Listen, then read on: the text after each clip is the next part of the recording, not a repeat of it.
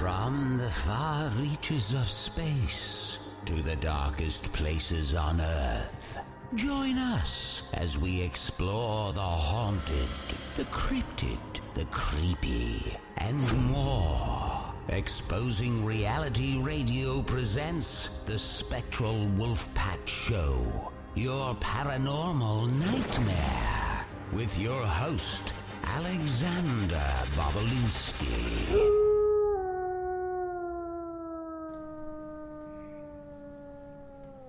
Hey guys, and welcome to the Spectral WOLFPACK Show. It's me, your host, Alex Bobolinsky, and some exciting news for this week is that tonight, after this show, about 25 minutes after we end, we're going to be going live on the YouTube, and we're going to be announcing the winner to the 11 Miles giveaway that we did this past weekend. So we're going to put all those names into a hat, draw them out, and or just draw one out, and they are going to be the winner of our giveaway. Other than that, any news, some more Bigfoot type videos coming out over the next few days, and we're still in the process of figuring out where we're moving to and everything, so thanks to all the fans for bearing with us during this time. So today we have a very special guest, and someone who I look up to a lot in the field of cryptozoology, and that's Scott Mardis. He has been an active field investigator of the Lake Champlain monster since 1992. He is a former sustaining member of the defunct International Society of Cryptozoology and a former volunteer worker in the Vertebrate Paleontology Dept of the Philadelphia Academy of Natural Sciences from 1990 to 1992. Scott, what's up, man? Oh, hey. Well, thanks for having me on. As you were just saying, you know, I'm primarily known for the work I've done for the last quarter of a century at Lake Champlain, but I live in Florida now. Yeah. And I'm trying to start doing work on Florida monsters during the winter months when the weather's still nice here in Florida. Yeah. You know, that the kind of work I can't do up at Lake Champlain during the winter. Yeah, and I forgot to mention that you no longer live in Vermont. Now you moved to Florida, right? And yeah. And so that's what we're going to be... but I still go back to the lake every summer to continue my champ work. Nice. So then that way you'll be able to go there. I live about 50 miles south of Tampa in Bradenton, Florida. Yeah. And so you'll be able to go investigate champ in the summer and then have that to do in the winter in Florida. Yeah, ideally. You know, I have to get some kind of a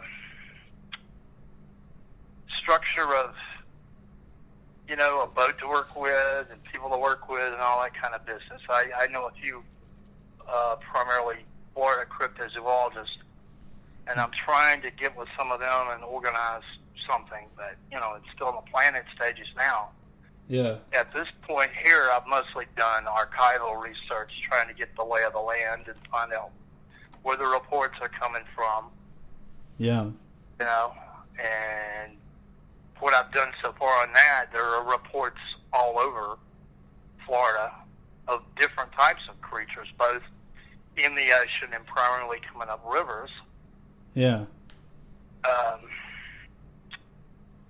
Most of the inland reports seem to come from what they call lakes, but that are actually just large sections of rivers. Like there's parts of the St. Johns River that are called lakes, but they're really just wide parts of the river. Mm-hmm. Yeah. And then... So, you know, of course, I have a general interest in sea monsters of all kinds, but my primary quarry that I am looking for and that I'm primarily concerned with are these reports of long-necked plesiosaur-like creatures. Yeah. Which I am hoping will actually, if they exist and we can find them and identify them, that they will actually turn out to be really plesiosaurs, but we don't know that yet. So That would be amazing. There are a lot of reports of those kind of creatures from Florida, which is primarily what I'd like to concentrate on tonight. The reports, mostly from Lake Champlain and Loch Ness, seem to be describing a similar type creature too.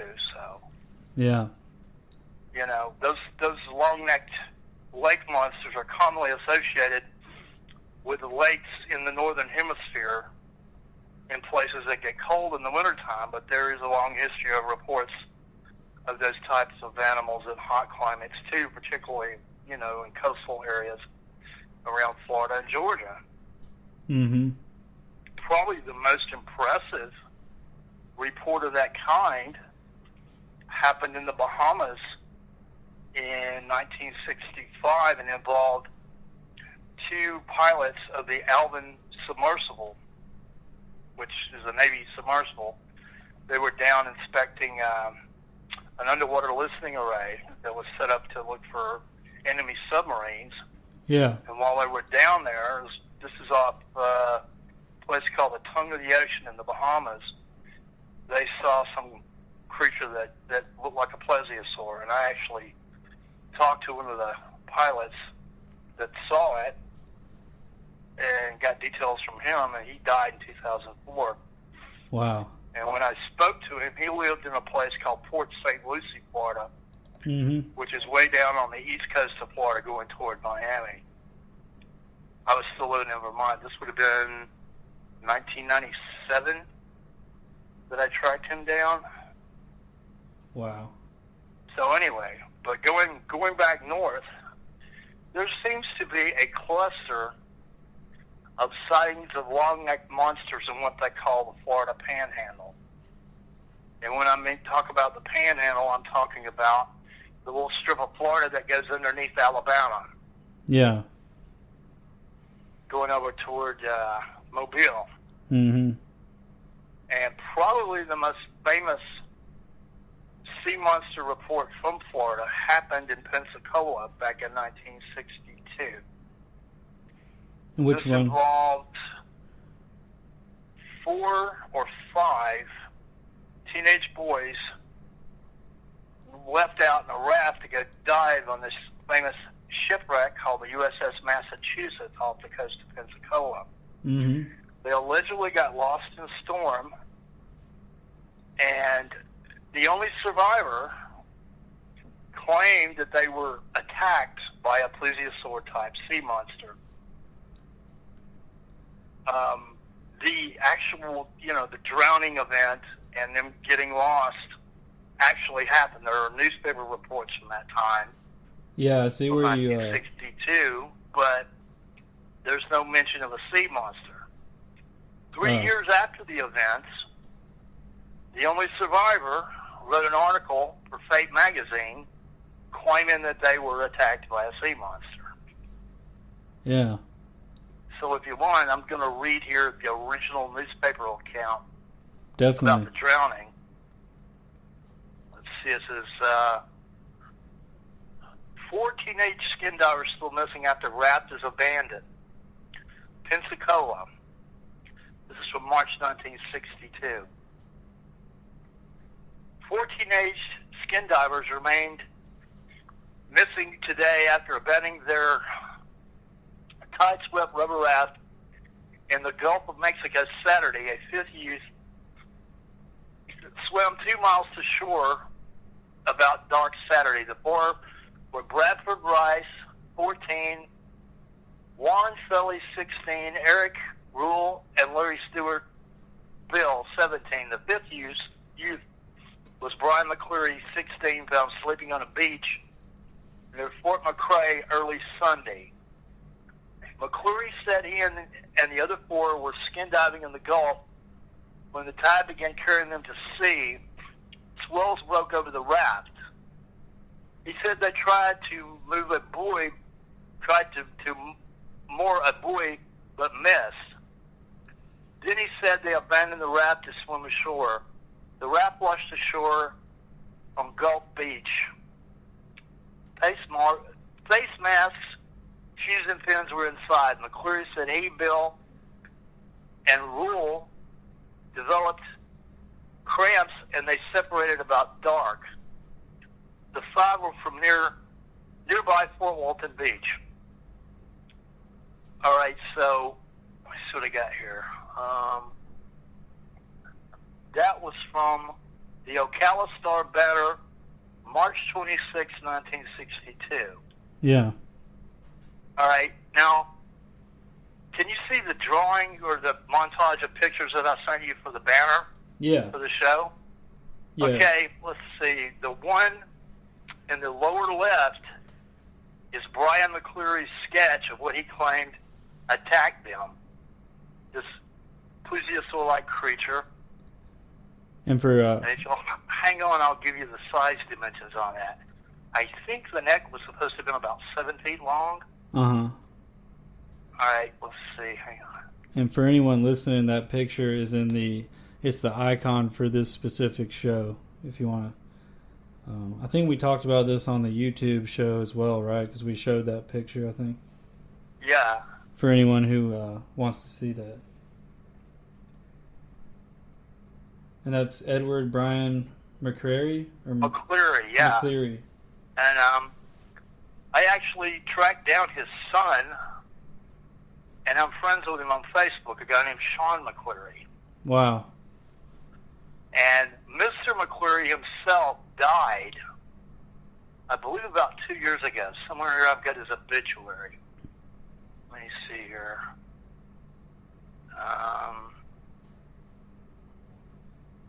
But yeah, that's... So... Yeah, he died February 24th, 2016. Wow. And then, so there was 6 boys out there in total, and 5 of them... Five, and he was the only one that survived, but they found the body of one of them dead on the beach, and then they never found the other ones. Wow. Let me see, I'm trying to find where he describes the monster here. Hang on. Hold up. Oh, no problem. Let's see.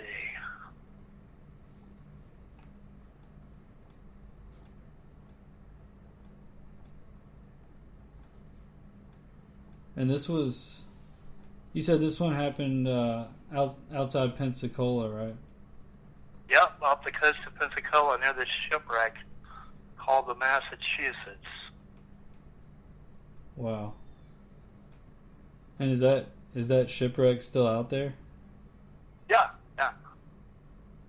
I've always wanted to explore a shipwreck, but I'm always freaked out about what's down there too. Well, the thing about looking for monsters in Florida that's a lot different from looking at a place like Lake Champlain is, in this climate here, you got a lot of big animals that we know are living in the water. Yeah. That if you just got a brief glimpse of them, you would think you might have seen a monster. I mean, like manatees and alligators are everywhere. Yeah. For real. A lot of these monster reports come from coastal regions and lagoonal type places. Mm-hmm. Where all kinds of things are coming through. Sharks. Sometimes alligators go into salt water. Yeah. Manatees, big fish of all sorts, groupers, whales. Yeah. Dolphins, all sorts of things.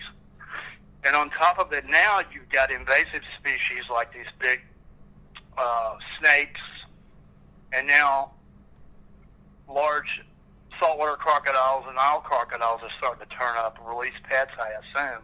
Mm-hmm. So you don't know what's going to pop up in a hot climate like that.